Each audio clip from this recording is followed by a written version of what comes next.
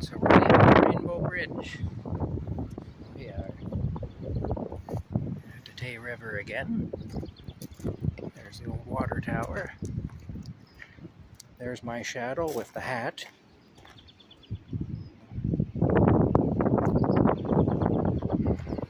Yeah, I take my hat off to you. Here we go.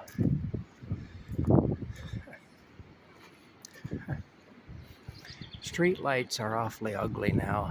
That's one thing I do miss from the past, is how they used to try to make things look nice. Even utilitarian things like street lights and mailboxes and stuff, they always had a really stylish, nice look to them, you know. But that's not the case anymore. It's all very utilitarian and plain. Now it is a utilitarian thing, a street light, but even so, it was just kind of nice. It was good for the soul to see pretty things, even to have mundane, everyday, utilitarian things having a certain look to them, you know. Anyway, the town of Perth was settled by Scottish stonemasons, so as you can see, there's a lot of stonework. A lot of stonework in Perth. 1837. Pretty. Yeah. Anyway.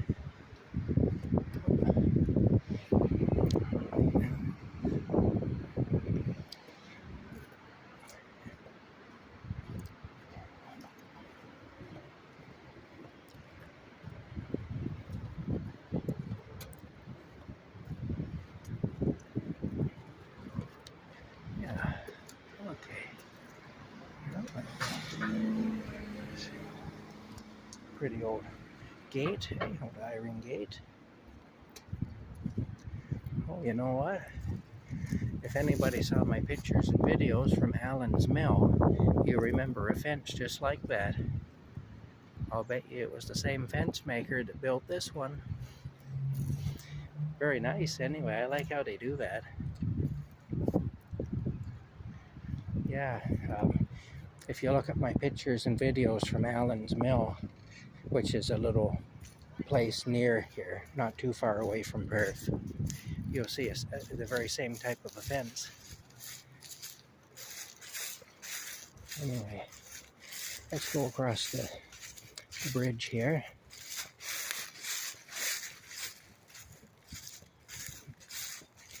Lots of squirrels in Perth. It's a very squirrely place. It is.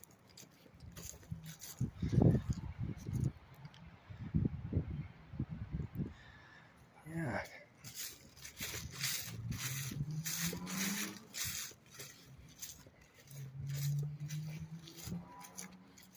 All right.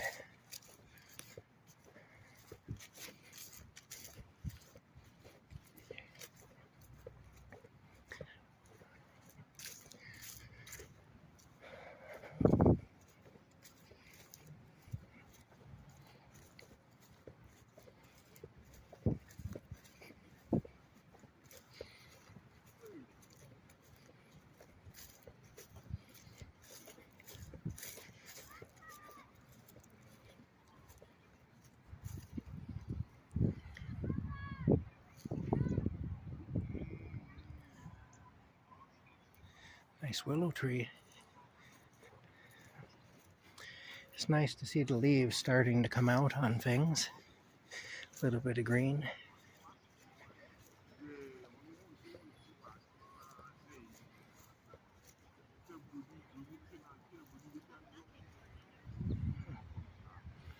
They built some pretty rock gardens here.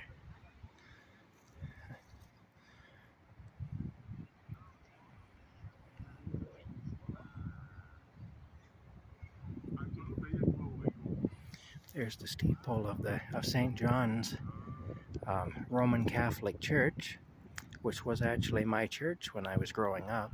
I was a Roman Catholic back then. Yeah. Anyway, let's keep moving along here.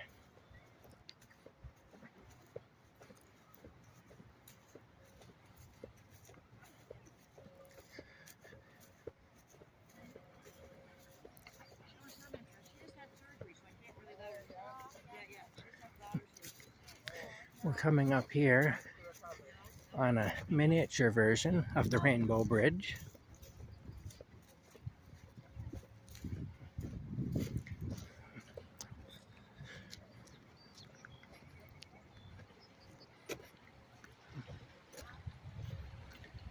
Anyway, Stewart Park's a very pretty park. You see the water running through there.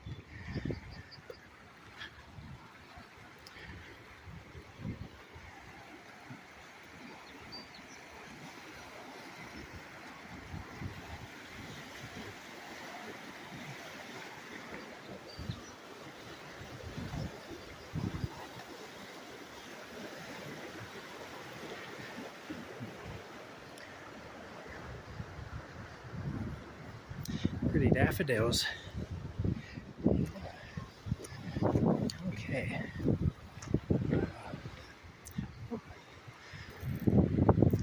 Now, this is the Tay River again.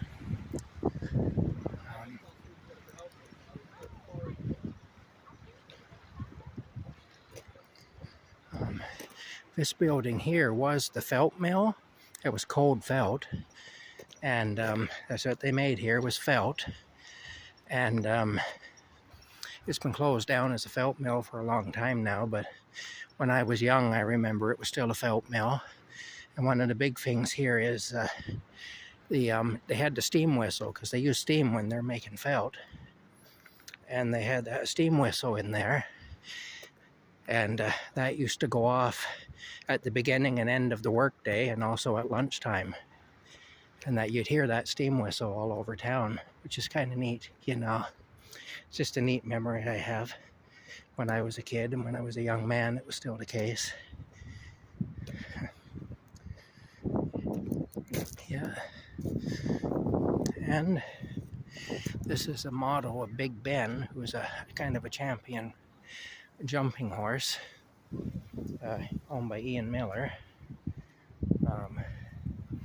I always laugh because there's a bar in here now, and sometimes there's some rowdy people come and go at night on the weekends. And I used to always say I would love to get one of those coin boxes that they have beside the rides at the grocery store, or the ferry, or the mall. You know, the rides the kids can go on, where you drop a quarter in and the thing bounces and stuff. I've often thought I'd love to get one of those coin boxes and stand it there and see how many drunk people would put a quarter in there so they could ride the horse, you know. I never did do it. It was just a funny thought that I had. But anyway, this here house is the Cold Mansion.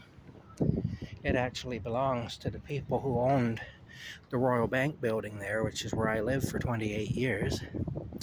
In fact, my apartment was right there. That window was my bathroom, and that window was one of my bedrooms. I had 2 bedrooms. And then down the side, I had about 6 windows down the side there that were mine.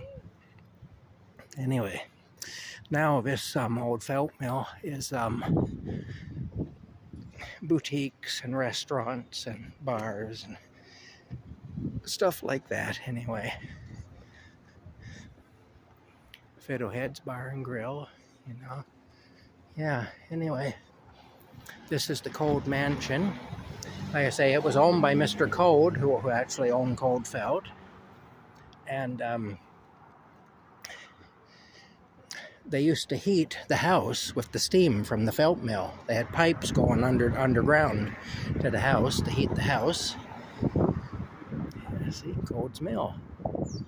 And anyway, they had pipes going to heat the house. And they also had an underground tunnel so that Mr. Code could walk across under the street to get to work. So he didn't have to go outside and get wet in the rain or get snowed on or whatever, you know. Yeah. Anyway, so there was a tunnel under here going over to the felt mill.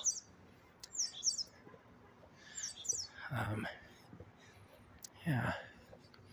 Anyway, I lived in that building from when I was 20 years old until I was in my 40s, from 1988 to 2016. So a total of 28 years I lived in there. Like I say, that window there and that one were mine. That was my bathroom. That was one of my bedrooms. And it was a huge apartment. And when I moved in here in 1988, I was paying $260 a month, heat and hot water included. I just had to pay my electricity over and above that. And the electricity was about $15 a month back then, you know, believe it or not. Anyway, those two windows were mine. Those two are for the bedroom there. That window beside there is the kitchen window. And there were two windows there. That was the living room. And then two more windows, which was another bedroom. Yeah.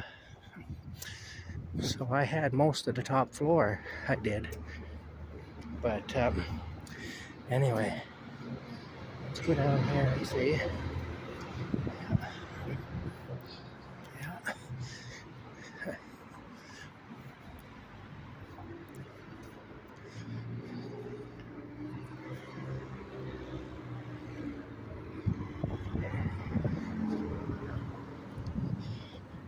Let's go down the street.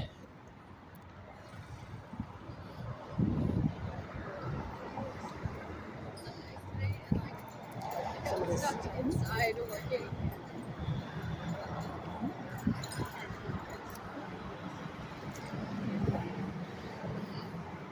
Okay. Oh.